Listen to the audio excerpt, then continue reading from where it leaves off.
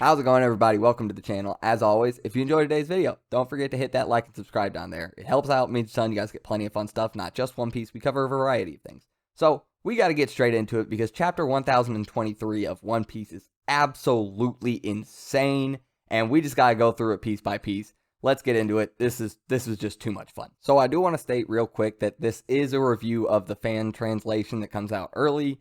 There is something specifically in this chapter that if it is translated differently for the Viz translation, the official, then it's not quite as mind-blowing as it is right now. So I'll bring that up when we get there. So we're back on the live stage. We got Zoro and Sanji standing there after they just smacked Queen and King. Queen and King are down, but I mean, they're okay. They're going to get right back up. They do get right back up. Chopper's surprised that Zoro's actually healed. Miyagi's wondering how bad it's going to be when it wears off. King and Queen subordinates are yelling for them because they're on the ground right now. Somebody is trying to line up a shot at Zoro, and he ends up getting taken out by Kawamatsu. Hyogoro applauds him for this and tells everybody that they need to make sure nobody interferes with this fight. One of the guys that's under Hyogoro kind of starts being like, well, shouldn't we kind of help? At least that's kind of the vibe you're getting from him. Hyogoro's like, no, we're going to get in the way. Just look at them right now. They mean business, and we're just going to stay out of it. We're just going to make sure everybody else stays out too. So, great, perfect. We get our 2v2. And from the way it's going in this chapter so far, it really does feel like, yeah, it's going to feel like two 1v1s. But there is going to be some interacting between the two 1v1s going on in the same vicinity. I mean, it's kind of hard not to when you have people this powerful all fighting right around each other. They're going to have to interact a little bit. So, we get a little bit more of Marco thinking about these rumors and things he's heard about King's species and all of this stuff. So he's thinking back to a conversation he had with Whitebeard. And he says, I thought the only thing on top of the red line was Marijois. Whitebeard said, I'm talking about the distant past. Back then, God's land was up there.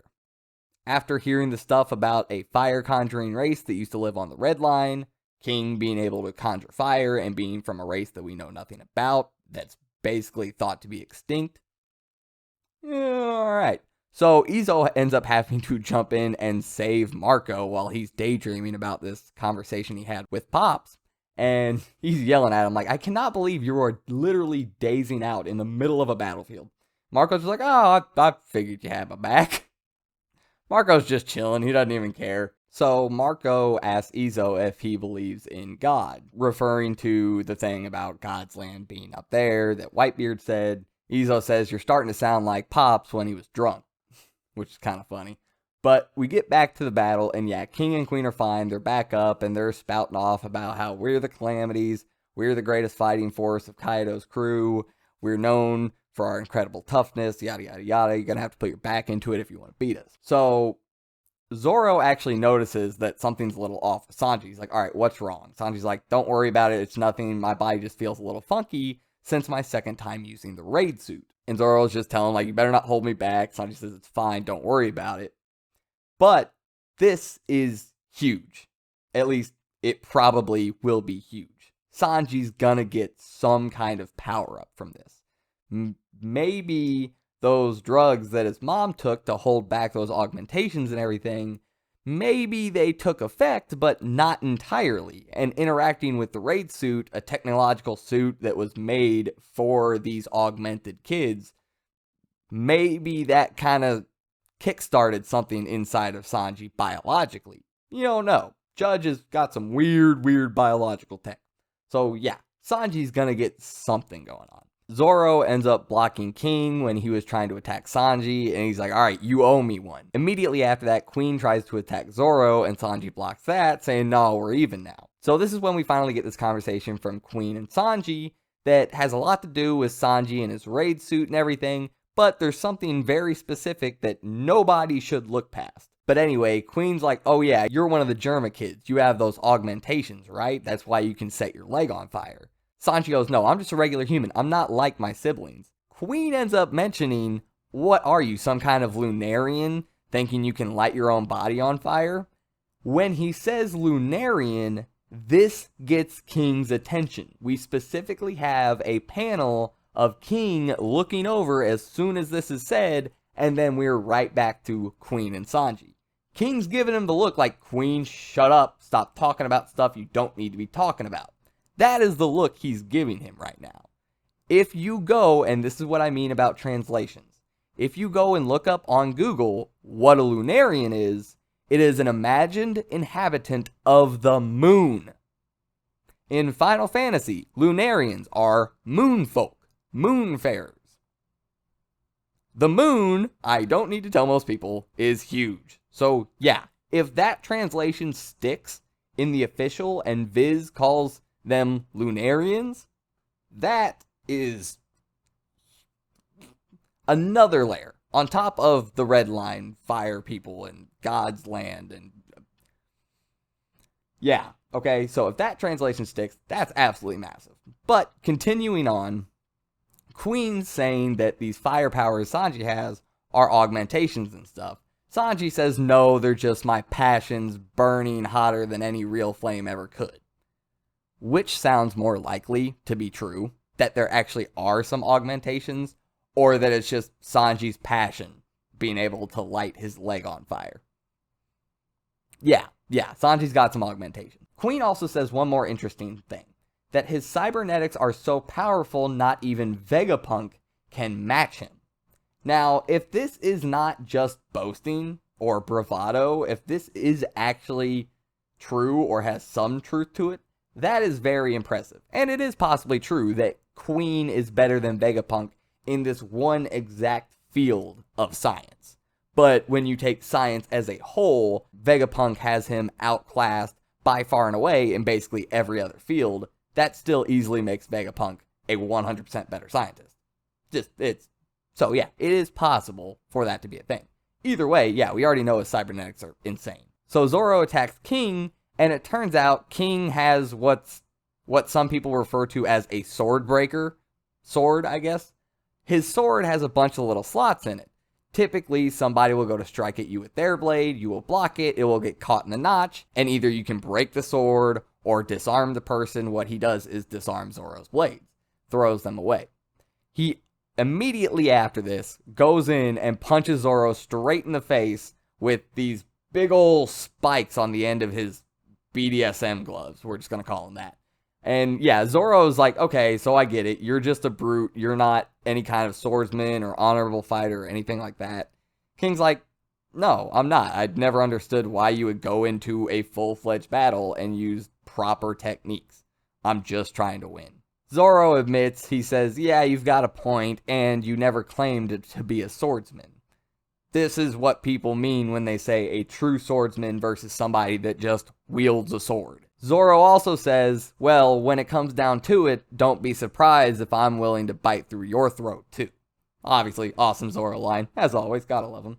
So, Kawamatsu and Hyogoro start talking about Zoro, about why they didn't really oppose too much when he was given Enma. They say him and Ushimaru are two peas in a pod. They also say he brought Shisui back to the country. He also reminds them of a previous daimyo of the country.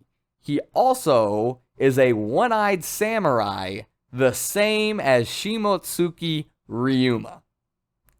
That was awesome. This direct comparison between him and Ryuma from people that are from Wano, and it's all just phenomenal. It's so great. We knew stuff for Zoro was coming in Wano. It's the samurai country, and Zoro is like a samurai.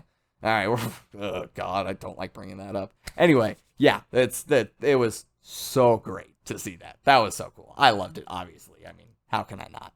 So this is when we leave all the live stage stuff behind for the rest of the chapter. Unfortunately, but not unfortunately, the rest is still very wonderful too. So now we cut back to Inuarashi and Jack for a little bit, and yeah, this is awesome. However, I will say Inuarashi is kind of just touching on the same things we've heard already about. We've suffered ever since that day. We've suffered to get stronger. We've asked ourselves if things change. All this stuff with Odin and our feelings. It's been stated multiple times how the samurai feel, but at the same time, they are all stating the feelings in their own unique way. in their own situation. So yeah, I'm still fine with it. I'm not really knocking the chapter for that, or Oda or Wano or anything. It's just, yeah, it's the same type of stuff about the past with Odin, all this kind of stuff. But yeah, he grabs Jack by the trunk. I'm pretty sure Jack swiped the trunk at him, and he just tanked it, grabbed it, shoulder throws Jack through a wall, then starts to go Sulong for him as he's making this speech, and Jack's just like, wait a minute, no. Hole in the roof. Ah, crap. So yeah, Inuarashi, Sulong form, get to see it, clear as day, just full panel, bam, right there, looks absolutely amazing. Talking about full Sulong forms and a full moon, let's go over to Nekomamushi. Why not? So yeah, we're going on with the fact that, yeah, if it wasn't for Pedro, the Straw Hats probably wouldn't have been able to make it here. The raid would have failed. None of this would be going on right now. So you know what? Sit back, Pedro, pour yourself a drink, and just watch. Full Sulong form. This is the last moon you're ever going to see, Big Tongue. Whew! Once again, looks absolutely phenomenal, and I cannot wait for that. Right before the end of the chapter, we cut back to Raizo and Fukurokuju, and they're still just going at it with the scrolls and the earlobes and the... Yeah, they're doing their thing. But they're also talking about Momonosuke now. Fukurokuju's saying, how can you put your faith, have a child run things? Everybody needs time to mature, even Momonosuke. Raizo's sitting here saying, Wano will help Momonosuke grow up and mature and do all these things.